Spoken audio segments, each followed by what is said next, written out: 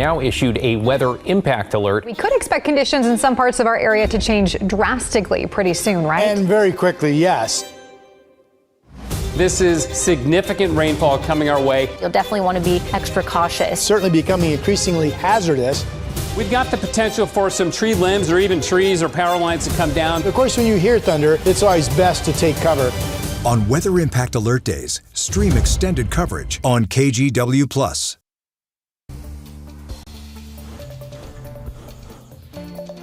Our top story here at 5:30, the Portland Metro Chamber has released the findings in its annual survey of voters, and it shows what some might call concerning trends, especially when it comes to affordability. So let's dig into that. 52% of those surveyed now say their household is worse off financially than 2 years ago. 52%. That's up from just 17% in 2017. And for the first time in the history of the survey, over half of Tri-County voters, so Multnomah, Clackamas, Washington, say they believe their economic opportunities are poor or very poor. Here's John Horvick with DHM Research, which conducted the survey. People are feeling that Portland is less affordable than it was in the past. They're financially stressed today, and they're worried about their opportunities in the future. The outlook for the future doesn't appear any rosier. Only 9% of respondents believe their economic situation will be better 1 year from now. On the bright side, though, the data does show positive trends for downtown Portland, including a 17% increase in Tri-County visitors from outside the city since 2023. Respondents also feel the direction of downtown has gotten better and it's felt safer. A federal court has agreed to drop a Trump administration lawsuit suing Oregon and several other states for not handing over voter registration data. The administration wanted voter information like birth dates and driver's license numbers as part of its efforts to prove unsubstantiated claims that large numbers of undocumented immigrants have been illegally voting. Oregon filed to have the case dismissed, arguing states are not required to provide highly sensitive information to the federal government. Oregon's Attorney General is suing several major drug companies for $900 million, claiming they have inflated the price of insulin, creating hardship for countless patients. Catherine Cook has more. What am I going to do? A lot of anxiety. Michael DeRozier is worried about his health. He has type 1 diabetes and takes a special concentrated form of insulin. But since late December, pharmacies haven't been able to fill his prescriptions. The comment was they could not purchase it until the price dropped. I've never dealt with the pharmacy can't even get the medication I need because whoever they get it from won't buy it. State regulators say a big part of the issue, pharmacy benefit managers, or PPMs, known by many as the middlemen in the prescription drug supply chain. Now 3 PBMs and the 3 remaining insulin manufacturers in the country are facing a $900 million lawsuit from the Oregon Attorney General. The suit alleges the companies conspire to artificially inflate the price of insulin and other diabetes medications, creating more profit for both sides. This is about more than insulin prices, said Oregon Attorney General Dan Rayfield. It's about the crushing cost pressures families are facing and the very real harm that comes when corporations exploit people who have no choice but to pay. For me, it's not an issue of how much it costs. I need this. And my insurance is willing to pay for it. You just can't get it. You're being told no. For now, Michael is getting by with less concentrated insulin his pharmacy does stock, but says it's taking a toll on his body. My blood sugars are currently not well managed. It's changed my whole diet, so I can't actually make my insulin last. It needs to be dealt with. Catherine Cook, KGW News. The Department of Education is investigating multiple school districts in Washington state for allegedly violating Title IX. Vancouver Public Schools is among the districts under investigation. The department alleges the district violated Title IX by allowing students to compete in sports based off their gender identities rather than their biological sex. Earlier this week, the Supreme Court heard arguments on whether to uphold state laws that ban transgender girls and women from playing on school athletic teams. The last standing grocer on Portland's Produce Row is at risk of closing as it faces rising prices and fewer customers. Sign of the times, I suppose. Jake Holter has that story.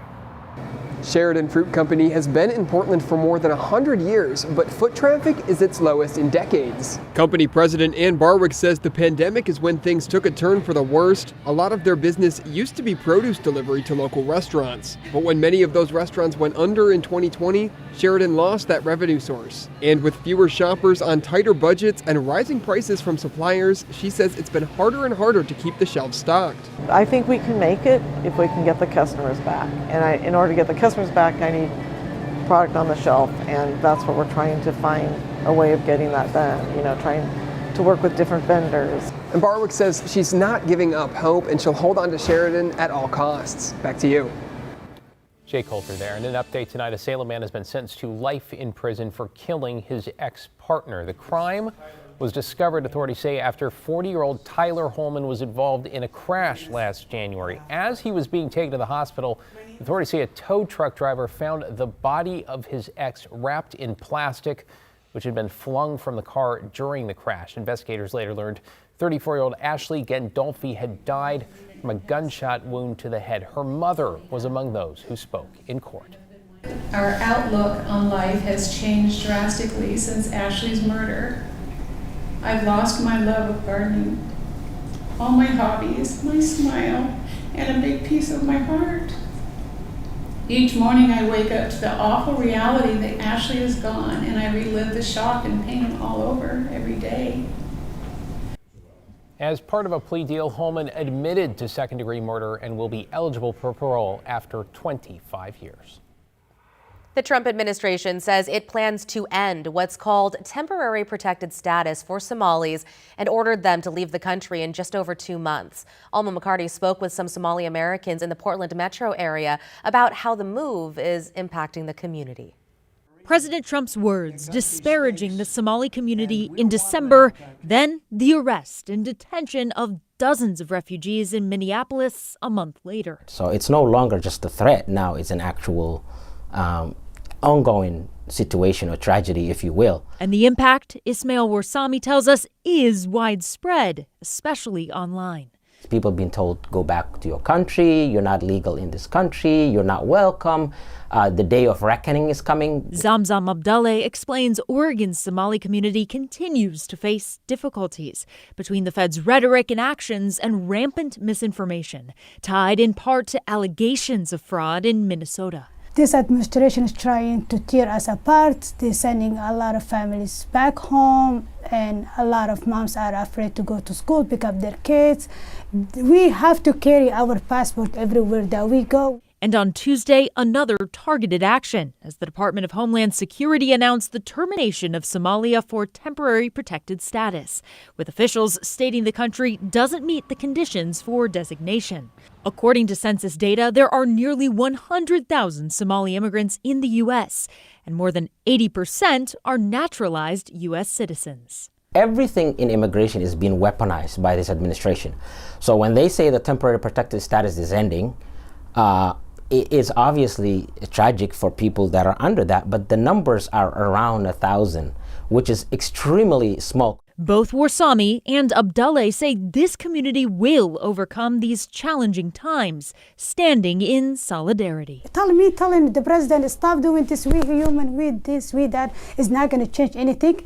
What we're doing is, if the president wants to fight with the power, we are fighting with our rights, and we're not stopping, and we're helping our community. Alma McCarty, KGW News. And straight ahead on KGW News, how some passengers at PDX are about to catch a bit of a break the next time they head to or from their gates. Plus, Northwest seismologists on alert, not because of an eruption or a fault line, why all eyes are on the home of the Seattle Seahawks. Matt? Well, how about Seaside? Our eyes are on that as well because it's a clear blue sky. Our newest sky cam there, you see the just great conditions, 53 degrees as the east winds have extended offshore. They will continue. Fog in the southern valley only, and will we get some rain, amount, and snow next week? Well, we've got a chance. The KGW Plus TV app, streaming 24/7. Local news from the team you trust on Your time. Track how the weather will impact your day. It's certainly becoming increasingly hazardous. Extended, continuous coverage of breaking news live from the scene. That snowpack is still heavy. Go deeper with in-depth interviews and exclusive reporting. All the local news you need, live or on demand. KGW Plus. Download on your TV and watch for free.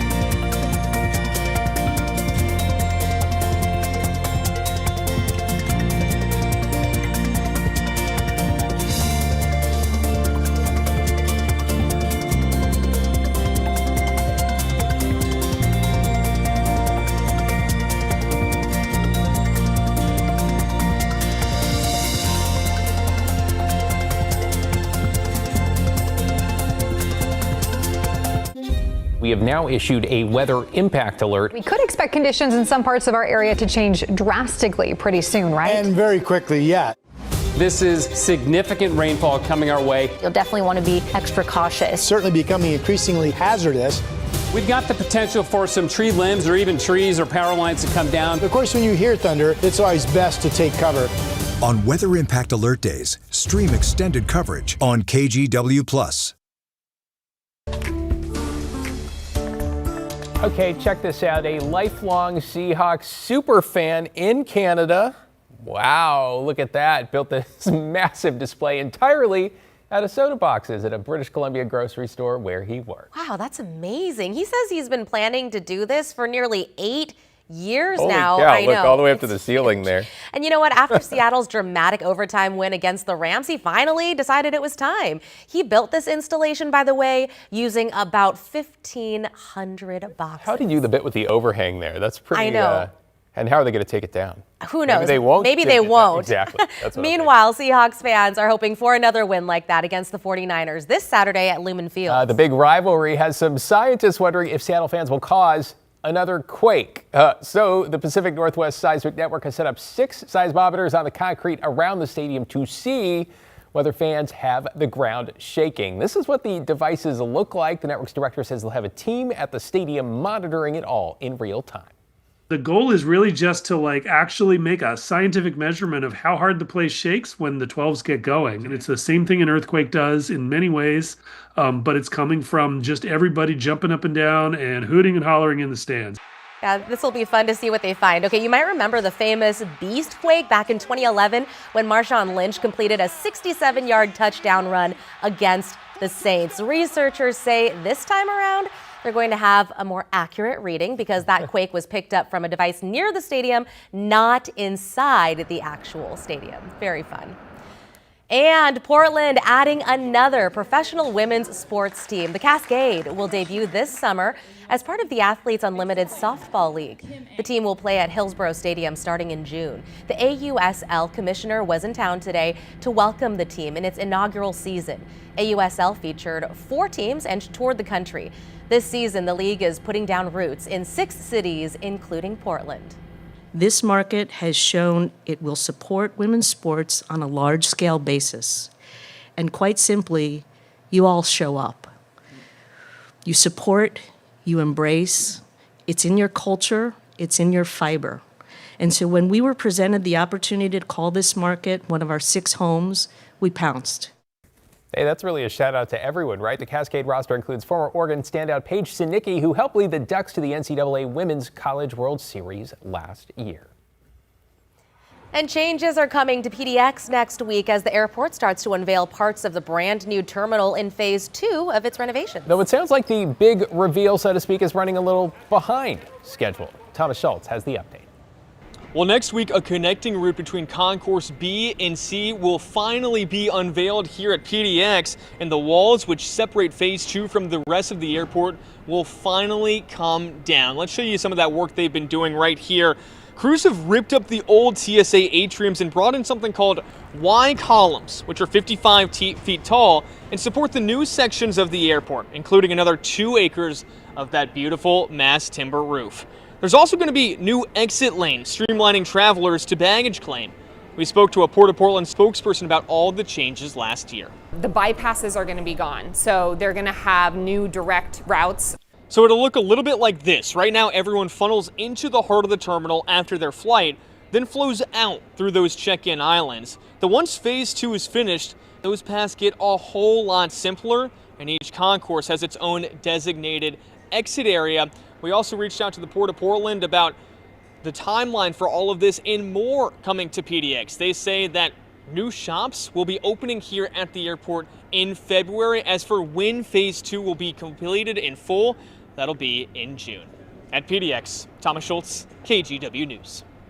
So a few months behind schedule, but it's going to look great when it's finally done. Great. Yeah, love watching this transformation and cannot wait to see all the new shops and the new routes. You're always jetting off somewhere. When are you going to be there next? Okay, so are you guys. It's not just me. But yeah, I mean, maybe at some point this year. Yeah, for sure. No, I mean, everybody does it. So it'll be great to see for sure. All right, let's take you outside right now. There's a look at our fair city. It is a clear sky, kind the pilots love. It is 50 degrees in town, incredibly warm for this time of the year, thanks to the removal of the fog, thanks to the east wind, which pushed it all on out. We're running 5, 6, 11, 17 degrees warmer than we were at 5 o'clock yesterday afternoon. So big change because of the clearing of the fog. You know who has the fog? The Dalles, Pendleton, everywhere where it's cooler pretty much, there's fog. You can see it in the Columbia Basin here and then down around Eugene and Roseburg, but everybody else has gotten rid of it, and we're enjoying some really pleasant mid-January weather, right? 57 degrees in Portland. That is 10 degrees above average for the state. 59 in Hillsborough, 58 Aurora, 59 in McMinnville. We look around the state. South Coast. Yes, those are not typos. 72 in Gold Beach and 75 in Brookings. When we get offshore winds like that, that's when it really ramps up. No matter the month, it heats up on the South Coast. Now, the winds are offshore and they're strong. We've had gusts around 50 miles an hour up at Crown Point and Corbett. They're going to continue, but over the weekend, they'll become increasingly confined to just the gorge and the Portland area. But no matter, it's going to keep the fog away. Our air mass is drying out as we speak every hour because of those strong winds. Now, where there's no wind, there's air stagnation advisories in effect here and still dense fog advisories in parts of the Columbia Basin, especially up in Washington there, and the Snake River Valley from the Oregon border through Boise down in Twin Falls, all fogged in as well, as once the fog settles into that valley, it gets tough to remove in the middle of January like this. When there's high pressure sitting right over the west coast, see all the clouds streaming way to the north, from south to north, and they're going around this big area of high pressure and then diving down into the Midwest, which is dealing with more cold weather, and the south actually will probably get a snowstorm in the next couple of days. We, however, have to wait. See the east winds, they continue to blow here. It'll keep us clear, and you can see it just keeps going as we go into Friday and Saturday. Then we get this little formation off the southern Oregon coast. It's just an eddy. It'll help to bring the fog back to the south coast, but it won't bring it up here to northern Oregon, and we don't get any storms until about Wednesday of next week. So if you want clear weather for the long holiday weekend, you've got it. It's going to be great for that. This is Tuesday. We're still clear. This area of high pressure begins to break down, and a weak system from the north should clip us with some showers on Wednesday and Thursday, but that's about the most we can hope for over the next 10 days or so in terms of precipitation. Nothing major coming our way. It is 50, freezing level at 12,400 feet. All right, then on the coast, sunny. Highs will be 60 in Pacific City, 59 in Newport, and 55 at Astoria. For the valleys, it's also going to be clear unless you're around Eugene or down around Roseburg. You're still in the fog down there, but everybody else, morning lows will drop into the low 30s, below freezing, so there could be frost in Salem and Corvallis where we don't have the fog anymore, but if it gets below freezing, we may see that. In the Cascades, sunny and breezy still there. Very windy in the gorge, too, gusts to 55. And in Portland, clear and windy with a high of 55. Then 53 on Saturday, 54 Sunday, 53 on Monday, MLK Day, Junior Day, the holiday there, and just beautiful right on through Tuesday. And finally, showers return on Wednesday and Thursday. We definitely need more mountain snow. Our snowpack is running about 50% of average right now, so hopefully we'll do some catching up in the latter part of winter. Yeah, like you said, we need that snow, so I'm okay with those raindrops later next week. Yep, you bet. Thanks, Matt. So to come, Google is about to give artificial intelligence access to more of your digital life. Details right after this. The KGW Plus TV app, streaming 24/7. Local news from the team you trust on your time. Track how the weather will impact your day. Certainly becoming increasingly hazardous. Extended, continuous coverage of breaking news live from the scene. That snowpack is still heavy. Go deeper with in-depth interviews and exclusive reporting. All the local news you need, live or on demand. KGW Plus. Download on your TV and watch for free.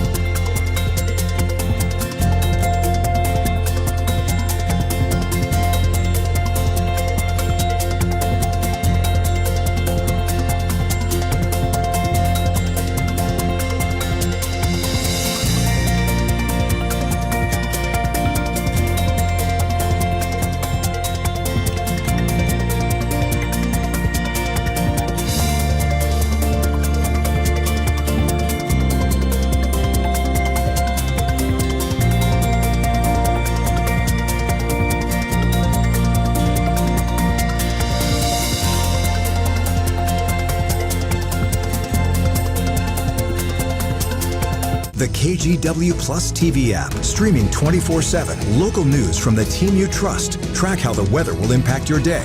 Breaking news live from the scene. All the local news you need. KGW Plus. Download on your TV and watch for free. On Weather Impact Alert Days, stay informed, prepared, and connected with KGW and KGW Plus. Coverage that alerts you to what's coming and how it will impact you. Watch extended weather coverage on KGW Plus.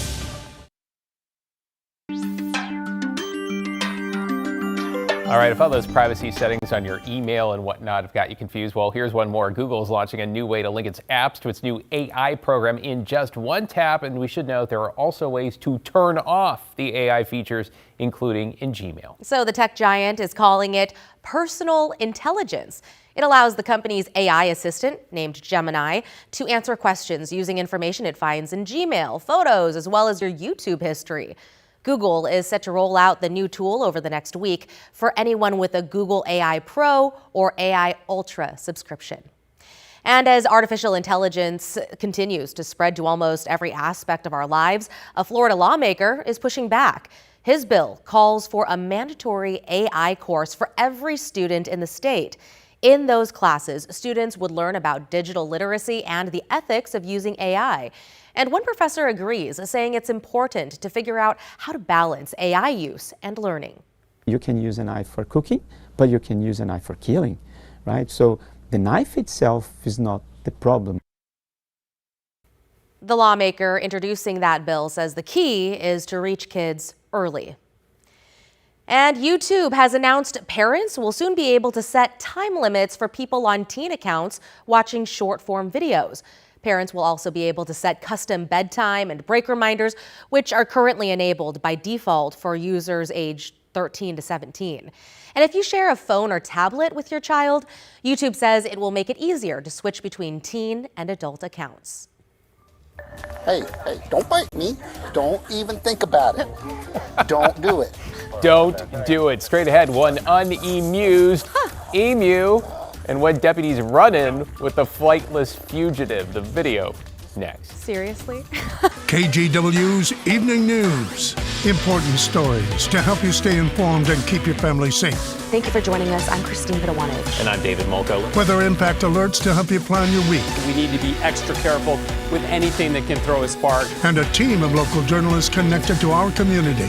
David Molko, Christine Pitawanich, and Matt Zaffino. Your Evening News team. Tonight on KGW.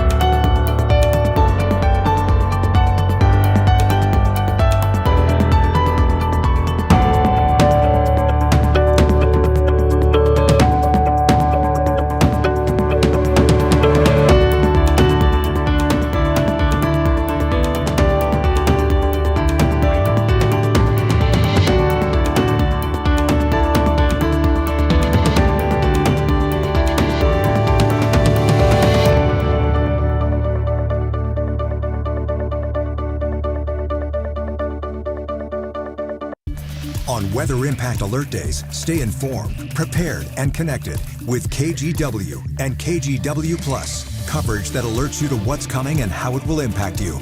Watch extended weather coverage on KGW Plus. The KGW Plus TV app, streaming 24/7. Local news from the team you trust. Track how the weather will impact your day. Breaking news live from the scene. All the local news you need. KGW Plus. Download on your TV and watch for free. To the case of an evasive emu and the Florida Sheriff's deputy who would not give up the chase. Patrick Cornell shows us the unusual pursuit and how it ended. Yeah, say hello. That's the face of an unemused emu. How'd this agitated bird get its feathers ruffled?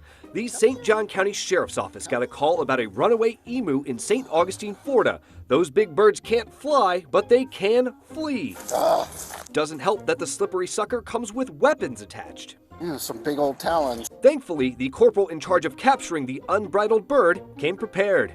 I'll be honest with you, I've never handcuffed an emu before, but they'll fit. While taking great care to avoid those talons, the corporal cornered the emu and tossed a lasso around its neck. Look who's got you now. Seems pretty happy with his effort. The emu, not happy. Don't look at me that way. Hey, don't bite me. Don't even think about it. Don't do it. Next, literally slapping those handcuffs on the emu. Look at that.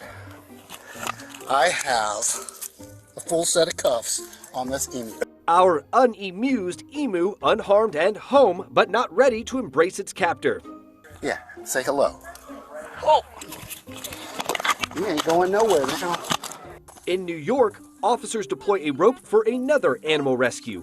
Little Falls police got a call about a woman and a dog who fell through ice into a canal. After getting the woman to safety, cops turned their attention to the dog. When the rope rescue wasn't enough, officers carefully wading out into the frigid water, getting close enough to grab the dog, working their way back to the safety of the shore. Everyone escaped the incident without serious injuries, police say. For Take a Look at This, I'm Patrick Cornell. Oh my gosh, I could not get enough of that emu. I actually think the emu was amused, and so was the deputy. I mean, just talk about, I think they, in their good graces. They like each other at the end of the day, right? Yeah, and we were amused too. They learned to get along. Your top stories straight ahead.